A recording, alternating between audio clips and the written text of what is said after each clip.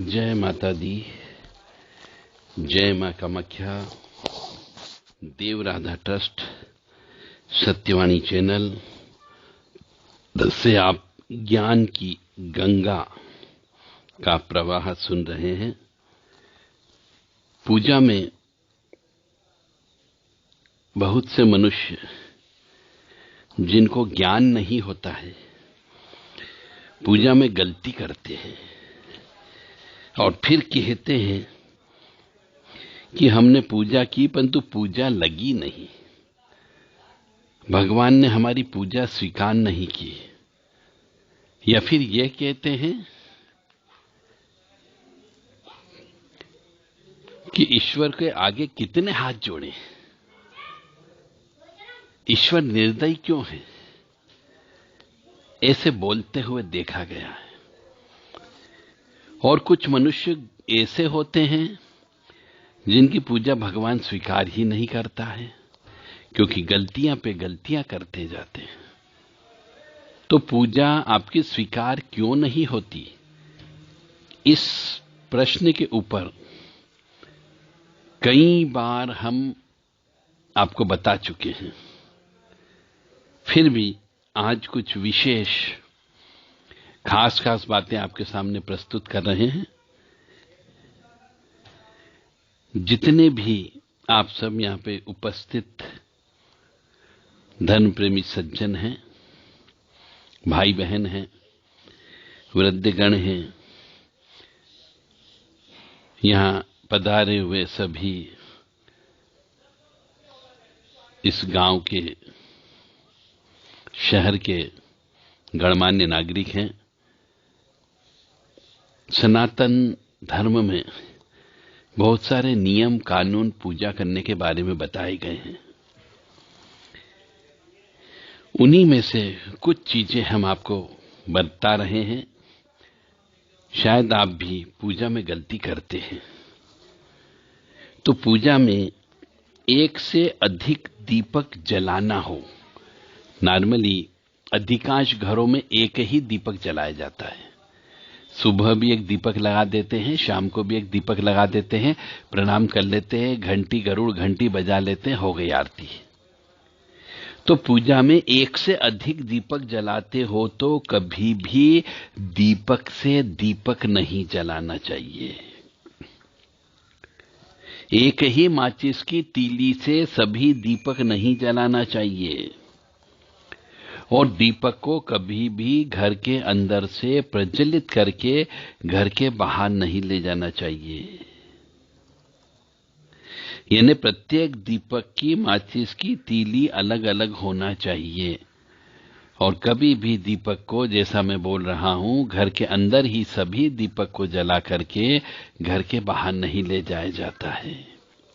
बहुत से लोग घर की दहलीज पर दीपक लगाते हैं, तो घर के अंदर दीपक लगा देते हैं और फिर दहलीज पर ले जाके रख देते हैं। तो ऐसा वो गलत करते हैं। ऐसे ही कई जगह देखा गया है कि तुलसी का कुंडा या तुलसी का क्यारा या तुलसी मैया घर के बाहर गैलरी में रखी रहती है, बरांडे में रखी रहती है। तो तुलसी के सामने जो दीपक लगाया जाता है वह घी का दीपक लगना चाहिए और वहीं पर ही बैठ करके दीपक लगा करके प्रणाम करना चाहिए। यह दीपक सूर्यास्त के समय पे लगाना चाहिए। रात होने के बाद दीपक लगाने का महत्व नहीं होता है। जब दिन और रात का मिलन होता है उस समय देवी शक्तियां प्रबल रहती है और आसुरी शक्तियां भी प्रबल होती है। इसलिए उस समय पे भोलेनाथ और पार्वती मां का भ्रमण रहता है, श्री हरि विष्णु और लक्ष्मी जी का भ्रमण रहता है। इसलिए उस समय पे घरों के अंदर झाड़ू नहीं लगाई जाती है। झाड़ू को कहीं पर ऐसी जगह रखना चाहिए कि कोई उसे देखे नहीं, और दीपक घर के अंदर से लगा के घर के बाहर नहीं ले जाना चाहिए। इस बात का अवश्य ध्यान रखें। अब आप खुद सोचें, घर परिवार में जाकर के पूछें कि आप दीपक लगाते हैं तो इन बातों का ध्यान रखते हो या नहीं रखते हो। चंदन, बहुत से लोग चंदन घिसते हैं सिलबट्टे के ऊपर, तो चंदन को घिस करके कभी भी तांबे के पात्र में नहीं रखना चाहिए, क्योंकि तांबा जो है और चंदन मिलकर के जहर बन जाते हैं। तो तांबे के पात्र में कभी भी चंदन को घिस करके नहीं रखें। यदि आप शंख की पूजा करते हैं, उसमें पानी भरना है, तो कभी भी शंख को पानी में डुबा करके नहीं भरना चाहिए। ये भी गलती आप लोग करते हैं और बहुत से पंडित जी लोग भी करते हैं। बाल्टी भरी रहती, उसमें शंख डुबा करके रख देते हैं। ऐसा गलत करते हैं। ऐसा करने से पूजा का कार्य सिद्ध नहीं हो पाता है, यानी आपकी पूजा भगवान स्वीकार नहीं करता है। तो शंख में आचमनी के द्वारा ही जल को डालना चाहिए।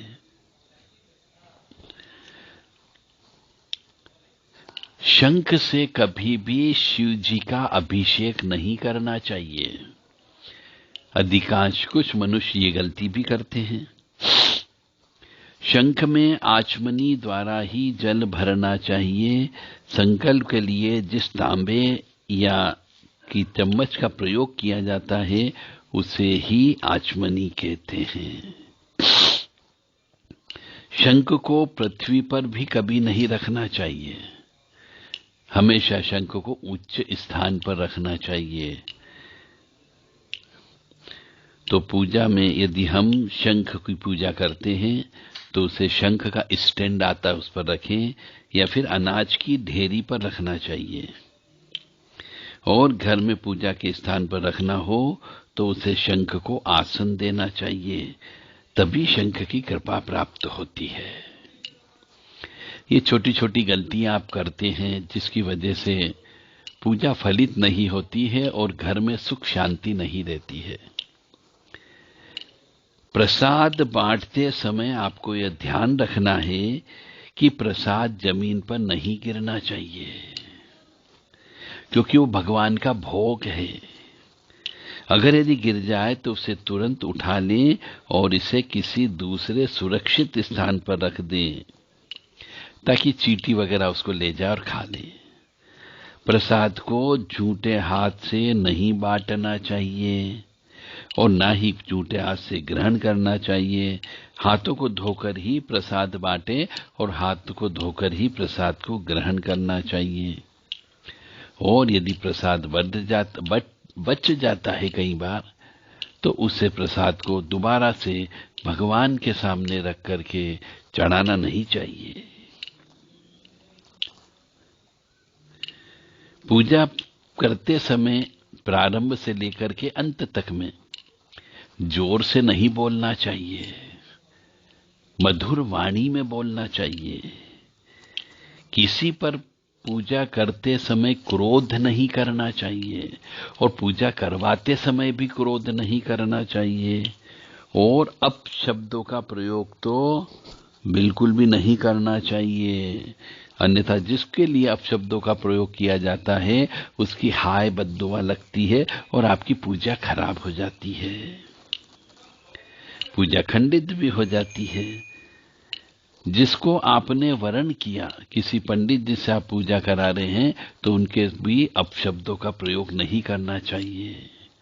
गाली से बात नहीं करना चाहिए। अपने श्रीमुख से, जिह्वा से किसी की आत्मा को नहीं दुखाना चाहिए। ये पूजा के नियम हैं। पूजा करते समय शुद्ध, स्वच्छ, धुले हुए वस्त्र पहनना चाहिए और पूजा करते समय किसी भी प्रकार का ये मोबाइल, इनका प्रयोग नहीं करना चाहिए। पूजा करते समय आसन का प्रयोग कर लें तो बहुत अच्छी बात होती है।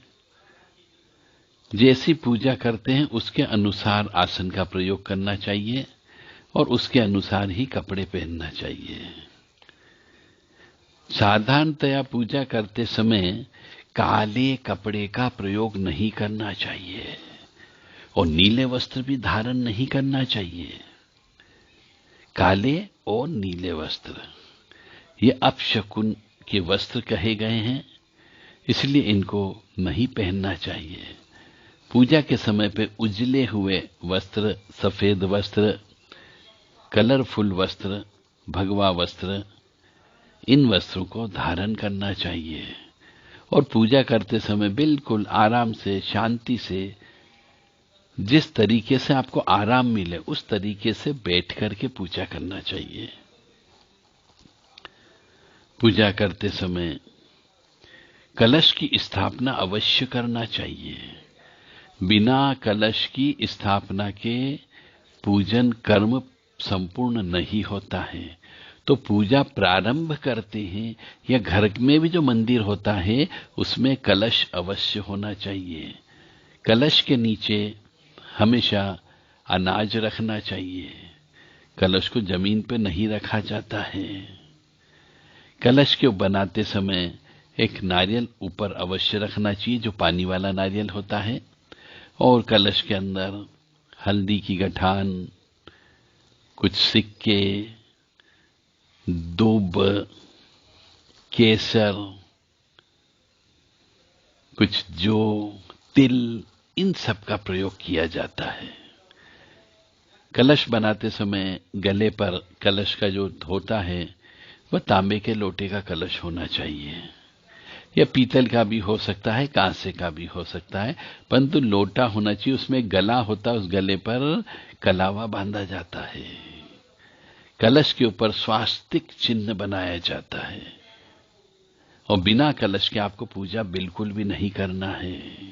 और दीपक भी यदि आप प्रज्वलित करते हो तो दीपक के नीचे भी थाली, प्लेट या फिर अनाज होना चाहिए।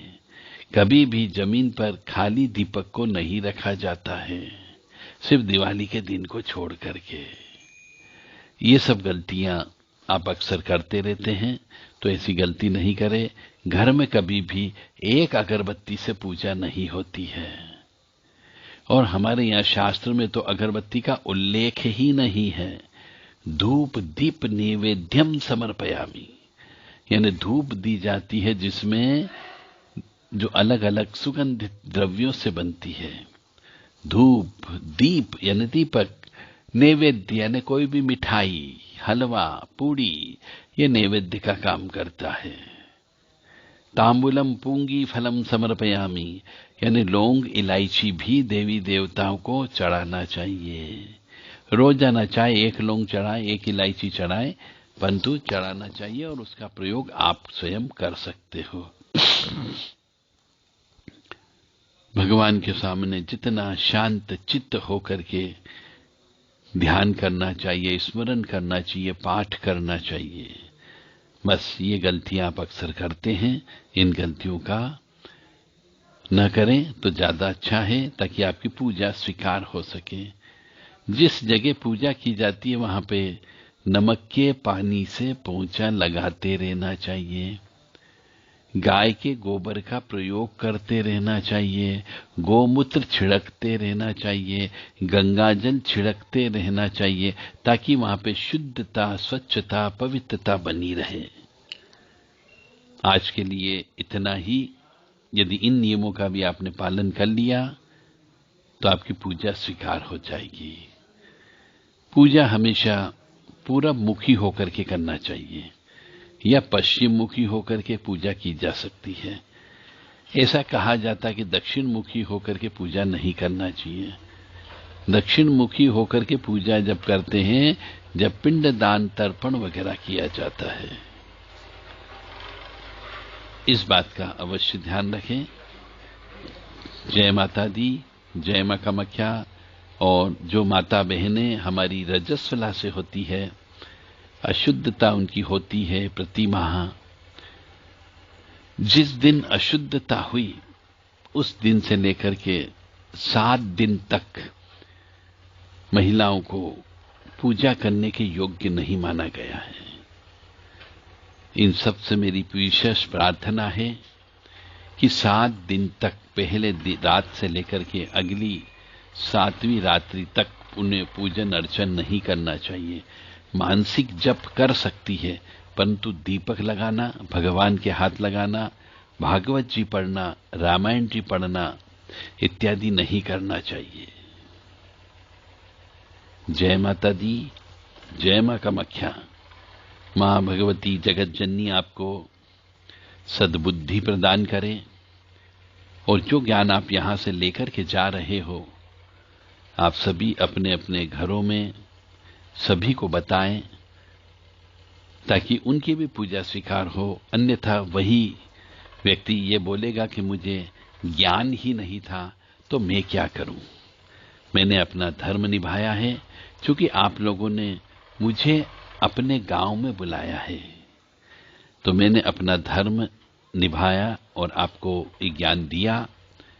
अब आपको इस ज्ञान का प्रयोग अपनी जिंदगी में करना है।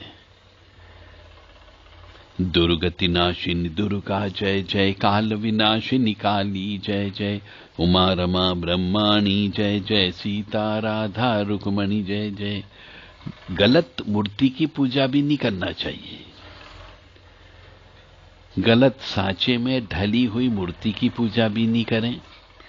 9 इंच से बड़ी मूर्ति की पूजा घर में नहीं करना चाहिए।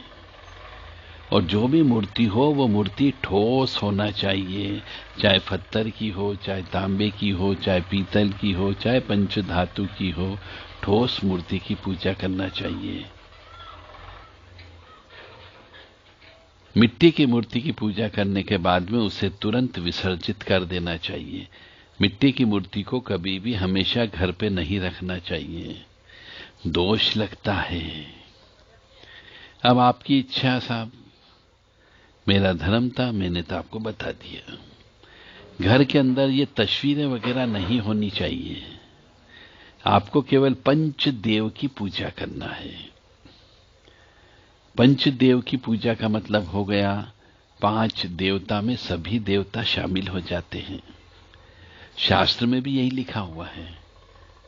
तो गणपति जी की पूजा करें, भोलेनाथ की पूजा करें, शिवलिंग अवश्य होना चाहिए, सब एक एक ही होना चाहिए। ठाकुर जी की पूजा करें, दुर्गा जी की पूजा करें और सूर्य नारायण भगवान की पूजा करना चाहिए। बस इनकी पूजा करने का विधान घर में एक परिवार वालों को दिया गया है। इसके बाद में यदि आप दूसरी पूजा करते हो तो गुरु से गुरु दीक्षा लेकर के विधि विधान का पालन करते हुए करें, अन्यथा आपको कष्ट की प्राप्ति होगी। उग्र देवता की पूजा घर पर नहीं करनी चाहिए, जैसे कि शनि देव की पूजा, राहु की पूजा, भैरव जी की पूजा, काली मां की पूजा। ये पूजा घर पे करने पर आपको बहुत से नियम कानून विधान का पालन करना पड़ता है, और यदि आपने पालन नहीं किया तो भी कष्ट की प्राप्ति होगी। इसलिए पंचदेव की पूजा करने का विधान शास्त्रों में परिवार वालों के लिए, जिनके यहाँ पत्नियां हैं, बच्चे हैं, माता पिता हैं, भाई भाभी हैं, देवर देवरानी हैं, उन घरों में केवल पंचदेव की ही पूजा करनी चाहिए। जय माता दी, जय मां कामाख्या। दुर्गति नाशिनी दुर्गा जय जय, काल विनाशिनी काली जय जय, उमा रमा ब्रह्माणी जय जय, सीता राधा रुक्मणी जय जय। पितरों की पूजा घर पर नहीं करनी चाहिए। पितरों की तस्वीरों को भी घर पे नहीं लगाना चाहिए। जो हमारे बड़े बुजुर्ग गुरु आदर्श व्यक्ति जो चले गए हैं, इस दुनिया को छोड़ चुके हैं, उनकी कोई भी तस्वीर अपने घर में नहीं लगाना चाहिए। और उठ करके उन्हीं को देखना, पितरों को देखना, यह शुभ नहीं माना गया है। एक समय के पश्चात उस घर में कष्ट की प्राप्ति अवश्य होगी, क्योंकि बहुत से लोग नहीं मानेंगे, मैं जानता हूं। तो कष्ट तो आएगा, एक पीढ़ी के बाद कष्ट आना प्रारंभ हो जाता है। इसीलिए पितरों की तस्वीरों को नहीं लगाना चाहिए, क्योंकि पितर जो है प्रेत होते हैं और उन्हें मुक्ति का पूरा अधिकार है। उनकी मुक्ति हो जाती है, नया जन्म मिल जाता है उनके कर्म के अनुसार। इसीलिए पितरों की तस्वीरों को नहीं लगाना चाहिए और पितरों को घर में पूजना भी नहीं चाहिए, क्योंकि वो प्रेत हैं, अजन्मे अयोनिजा जो भी होते हैं उनकी पूजा घर पर कर सकते हैं। दुर्गति नाशिनी दुर्गा जय जय, काल विनाशिनी काली जय जय, उमा रमा ब्रह्माणी जय जय, सीता राधा रुक्मणी जय जय।